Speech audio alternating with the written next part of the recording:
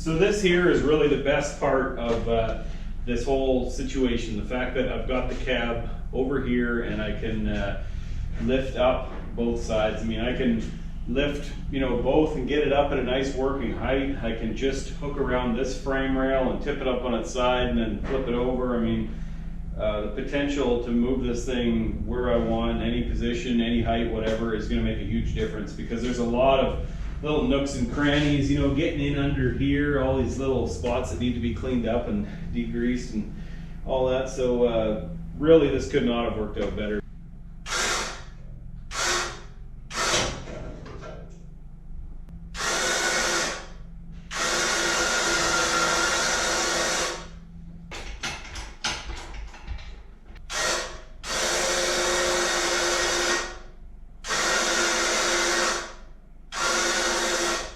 Alright, now this is a really nice height to work at. I'm going to get some blocks and stands.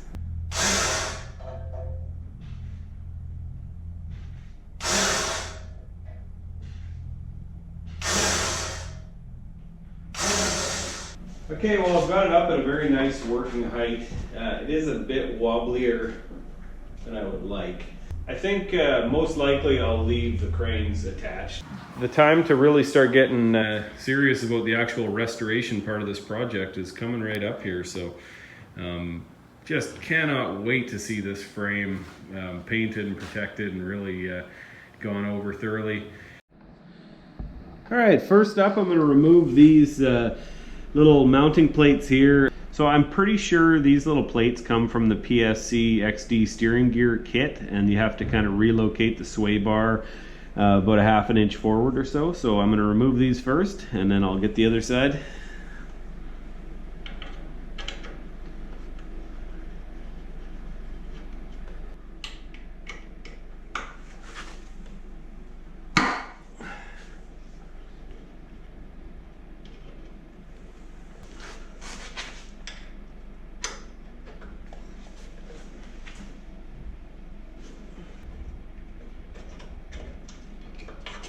Alright, next up I'm going to remove this mounting bracket for the aftermarket adjustable track bar. Pretty straightforward. This is from Solid Steel Industries, by the way, and I have to say I was shocked at how well this bolted in place, and everything worked like effortlessly, seamlessly. It was just the easiest thing to install you could possibly imagine. So I don't have a ton of miles with this thing on yet, but I have to say, based on install and general build quality, I'm very satisfied with this.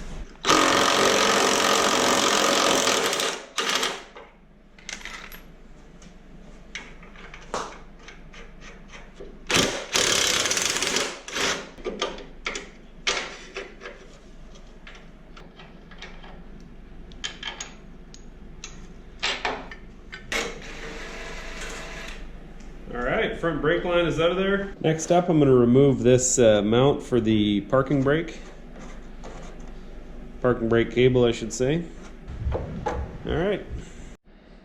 Next up, I will remove this rear parking brake cable assembly holder thing. Come on now.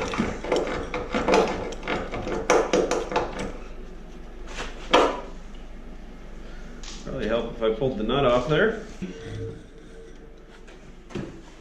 Next, I'm going to remove this. This is another part of the parking brake cable hanger, as well as this one here.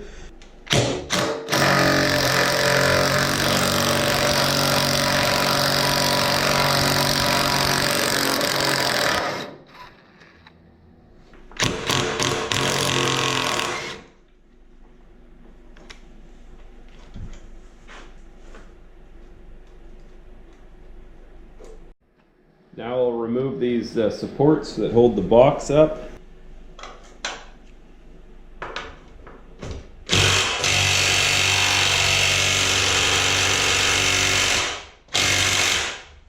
Oh boy. Might have to turn to Benji power on these ones.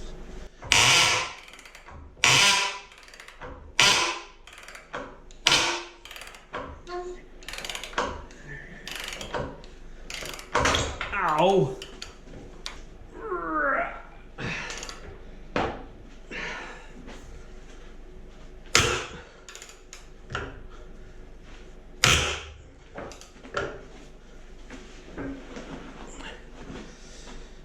Oh man, a couple more years, this thing would have been just lovely to try and get apart.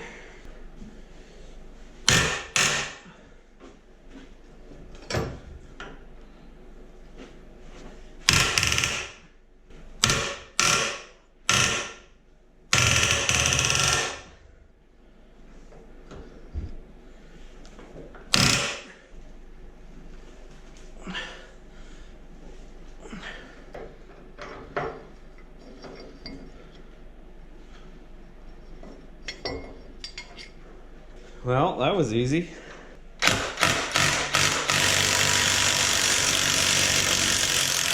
Now on to the other side. These ones seem to be coming apart much easier.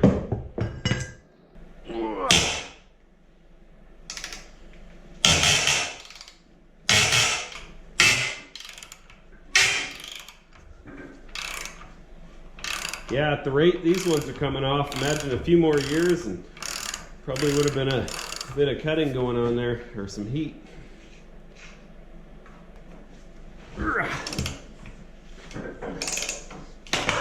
Oh, that one just broke. Well, truck is basically stripped right apart, and that's the first bolt that broke on me, so not too bad. All right, next up I'm going to pull off these things here. There's two on each side, and I think these were originally designed to be kind of bump stop sort of things against the stock overload springs. I am using aftermarket leaf springs, so these are just going to come right out of here. As I get the rest of the hardware pulled off the rear of this frame, I'm definitely noticing that things are getting a little rustier. I mean, these bolts aren't in terrible shape, but you look at the other side and you know, it's this thing is definitely ready to be torn apart and redone. You know, it's right at that critical point where basically all the metal's still there, but you know, much longer and things would probably start getting pretty gross back here.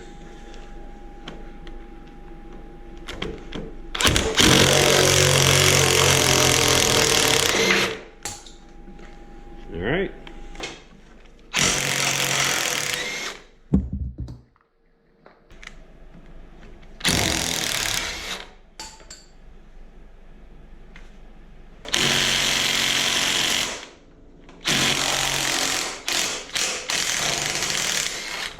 Next up, I'm going to remove these bolts. This holds up the thing here that you use to raise and lower the spare tire. I actually don't have a spare tire on this truck, and also with having a 5-inch exhaust, I don't even know if you could run a spare tire. So luckily this thing is a dually though. I'm pretty sure the inside dual will work on the front if I needed to.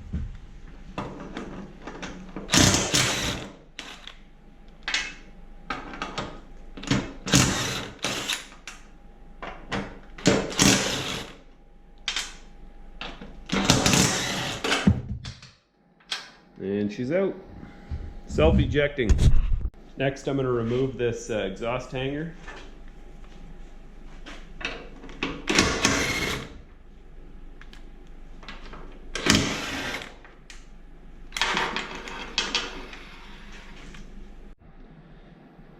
Okay, and now I got to pull off this little assembly here. This holds one of the shocks, passenger side shock, as well as having an exhaust hanger here.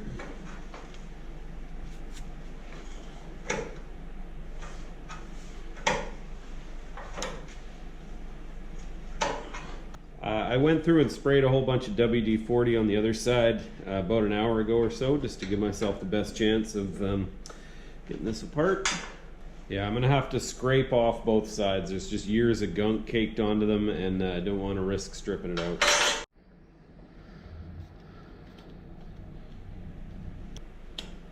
Okay, got those cleaned up. Let's give her another try.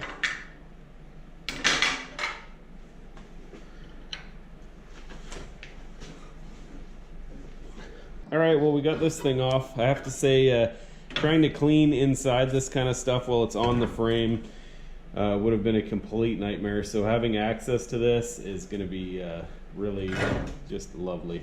As always, I'll put the hardware back in, keep everything nice and organized, and store this out of the way where it's not going to get lost or damaged. Alright, and now the next item to remove is going to be the transmission cross member. I've had this thing in and out before, so hopefully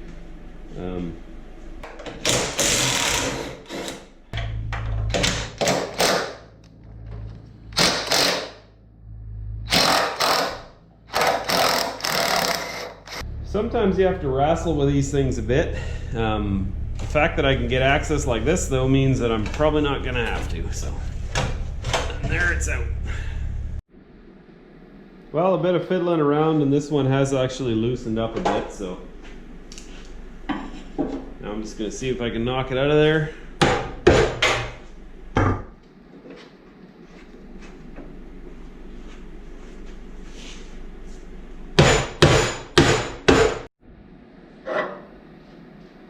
So the upper control arm bolt on the driver's side was just completely locked up solid with the actual bushing in there, the metal bushing, but this time around it seems to be loosened up. I worked a little bit, sprayed as much WD-40 as I could and just tried to spin everything and get it moving, and I think we can knock this out of here.